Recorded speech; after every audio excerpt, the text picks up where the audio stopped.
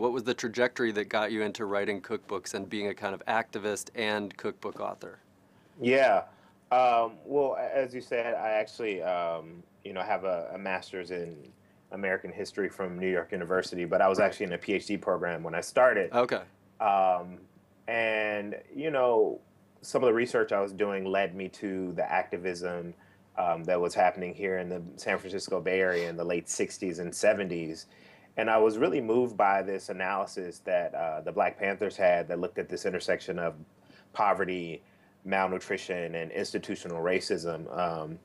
But more so moved by their programmatic responses to this. Hmm. They had their grocery giveaways in which they were giving away thousands of pounds of groceries to low-income, working class, working poor residents of the Bay Area. But I think more than anything, I was moved by their free breakfast for children program, Huh. Okay. which was started in 1967. And part of their philosophy was that oppressed communities need to be educated in order to be liberated, and how could young people possibly assimilate what they were learning in schools if they were hungry? And so they started this program with the help of a reverend in West Oakland, California. Hmm. And within 1 year, every major city that had a Black Panther chapter replicated the model, and they were feeding over 10,000 young people every single morning. Wow.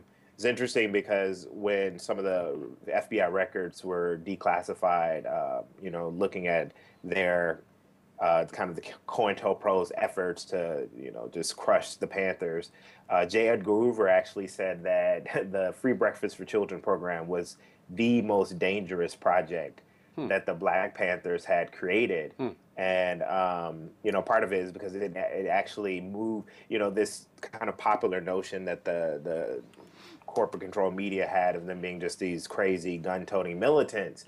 This program, along with a number of their programs, all on the rubric of their survival program, Yeah. it moved the minds and hearts and spirits of people because it was addressing these basic core needs of people living in communities. And so at the time, I was, in addition to being a part of these academic communities, a part of this, very vibrant activist community in New York. I was working on issues around kind of dismantling the prison industrial Oh complex, yeah. Right. some stuff around, addressing the draconian, drug laws.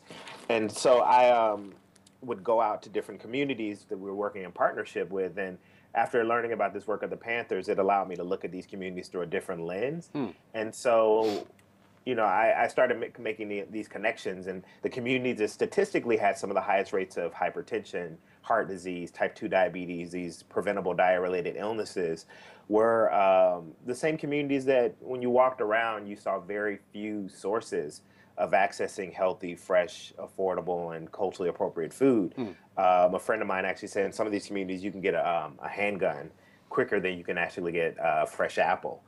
And, there were the plethora of the work sources, lots of fast food restaurants, lots of the corner stores, bodegas. And, we know that they were replete with, processed foods, packaged food, cigarettes, Yeah. alcohol. And so I felt like the larger social justice movement that I was a part of was remiss if it didn't talk about this public health crisis, Hmm. if it didn't talk about this exponential rise in chronic illnesses that we've seen over the past several decades, if it didn't talk about, solutions for kind of helping people living in the communities that are most impacted by food insecurity or food injustice, if you will, owning and driving the solutions to creating more community food security Hmm. and access to healthy, affordable food in those communities. And so I decided I wanted to start a program that addressed this, and I knew I wanted to take a different route. One of the, at the time I was going to a lot of conferences. Sure. I started, just trying to get a sense of what was the national response to a lot of these issues around food insecurity and food injustice. And I would go to conferences, and it struck me that there were very few people at the conference, and certainly not at the leadership tables. Very few people who were coming from the most impacted communities. Hmm. Whether we're talking about small farmers, whether we're talking about low income people living in urban centers, low income folks living in rural areas.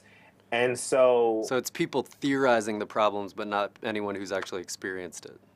I mean, a Yeah. few, but so many other people had very little direct experience with these issues. And Yeah. I just felt like the approaches they kind of smacked to this early 20th century social worker model where you had like the, more privileged, educated, mostly white women kind of patrolling the boundaries of class and Mm-hmm. policing the behavior of poor people. Mm-hmm. And, I felt like the conversation started with the heady intellectual ideas. They started with the public policy issues, but they failed to really recognize the brilliance and the problem-solving abilities of the people who are actually impacted by these issues. And I thought, what a more powerful way to bring the most people into the conversation um, than by using food, cooking itself. Right. Because I don't even want to talk about how at some of these national conferences around food, the food was horrible. Yeah, That's a yeah, whole yeah, other yeah. That's conversation. still true in philosophy for sure. Yeah. But yeah, so my kind of guiding philosophy since then has been start with the visceral, move to the cerebral, and end at the political. Understanding Hmm. that these are deeply political issues, and we need to address, food insecurity. We need to Sure. talk about our runaway food system. All these issues through, high-level public policy Hmm. and local public policy. Hmm. But you know, that's in my opinion, not the most effective way to get the most people to the table. And I found that this thing cooking, that's so primal, that's so visceral, that's so immediate, Yeah. that's so tactile, connecting around the table and actually kind of, looking at the table and the kitchen as places that, kind of catalyze the movement. I mean, Uh-huh.